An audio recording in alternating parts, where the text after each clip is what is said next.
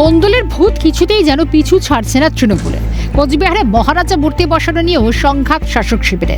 উদয়ন বনাম রবি। কোন্দলে জড়িয়ে পড়েন উত্তরবঙ্গ উন্নয়ন মন্ত্রী উদয়ন গুহ এবং পুরসভার চেয়ারম্যান রবীন্দ্রনাথ ঘোষ। মুখ্যমন্ত্রীর হস্তক্ষেপে শেষমেশে মহারাজার মূর্তি বসানো নিয়ে সমস্যা মিটল। মাননীয় মুখ্যমন্ত্রী ফোন করেছিলেন, তিনি চান যে মূর্তি এমনভাবে বসানো হোক যে মূর্তির প্রতি যাতে সবাই মিলে শ্রদ্ধা জানাতে পারেন, যাতে একেবারে সুন্দর পরিবেশে মূর্তি এবং উনি আমাকে বললেন যে তোমরা একটা পার্কের মতো করে দেবে। জেলা শাসক আছেন, তার সাথে কথা বলে নিয়ে আমরা ঠিক করলাম যে আমরা এইখানে এই পুরো ফেন্সিংটা এই জায়গায় খুলে দিয়ে একটু পেছন দিকে গিয়ে ভেতরে এখানে মূর্তি বসানোর বন্দোবস্ত করে সামনে যে জায়গাটা পর্যন্ত করা হয়েছে তার থেকে খানিকটা জায়গা নিয়ে আমরা এখানে একটা ফেন্সিং করে একটা ছোট গার্ডেনের মতো করে দেবো। উল্লেখ্য, কোচবিহার পুরসভার পক্ষ থেকে উত্তরবঙ্গ উন্নয়ন দপ্তরের ঠিক সামনে কোচবিহারে মহারাজা জগদীপেন্দ্র নারায়ণের মূর্তি বসানোর কাজ শুরু হয় শুক্রবার। চেয়ারম্যান রবীন্দ্রনাথ ঘোষ নিজে এসে সেই কাজ শুরু করার পরও পরবর্তীতে সেই কাজ বন্ধ করে দেওয়া হয় পুলিশ প্রশাসনের পক্ষ থেকে। এক প্রকার মন্ত্রী উদয়ন গুহ এবং চেয়ারম্যান রবীন্দ্রনাথ ঘোষের দ্বন্দ্বের জেরে কাজ বন্ধ হয়ে যায় বলে কানাঘুষো চলছিল। ঘটনায় রীতিমতো ক্ষোভ তৈরি হয় সাধারণ মানুষের মধ্যে।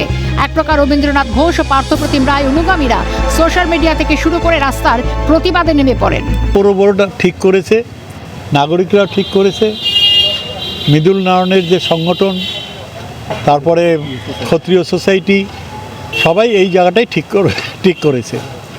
এটা কুচবিহার শহরের একটা গুরুত্বপূর্ণ জায়গা। জগদীপেন্দ্রনাথ ভূবহদের মতো মানে একজন প্রজাবৎসল মহারাজার এরকম গুরুত্বপূর্ণ স্থানেই তার মূর্তি বসানো উচিত বলে আমাদের কুচবিহার পৌরবোর্ড মনে করেছে। শনিবার রবীন্দ্রনাথ ঘোষ অনুগামী তৃণমূল নেতৃত্ব উত্তরবঙ্গ উন্নয়ন দপ্তরের যে জায়গা পুরসভা চিহ্নিত করেছিল সেখানে মহারাজার ছবি টাঙিয়ে সেখানে মূর্তি বসানো হবে দাবি করেন। এরপরও দর কষাকষি চলছিল। পরে মুখ্যমন্ত্রীর ফোনে দ্বন্দ্বের অবসান হয়।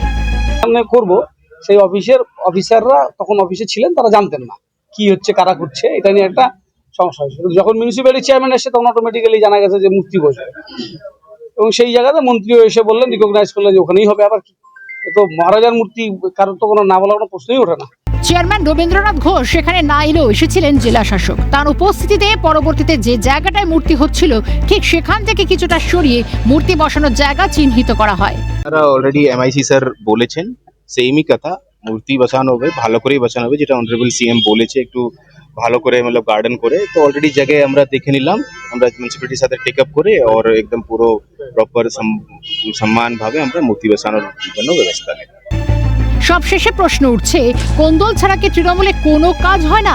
মহারাজার মূর্তি বসানো নিয়েও কেন বিভাজন শাসক শিবিরে? শশীকেশ রায়ের রিপোর্ট, ক্যালকাটা নিউজ।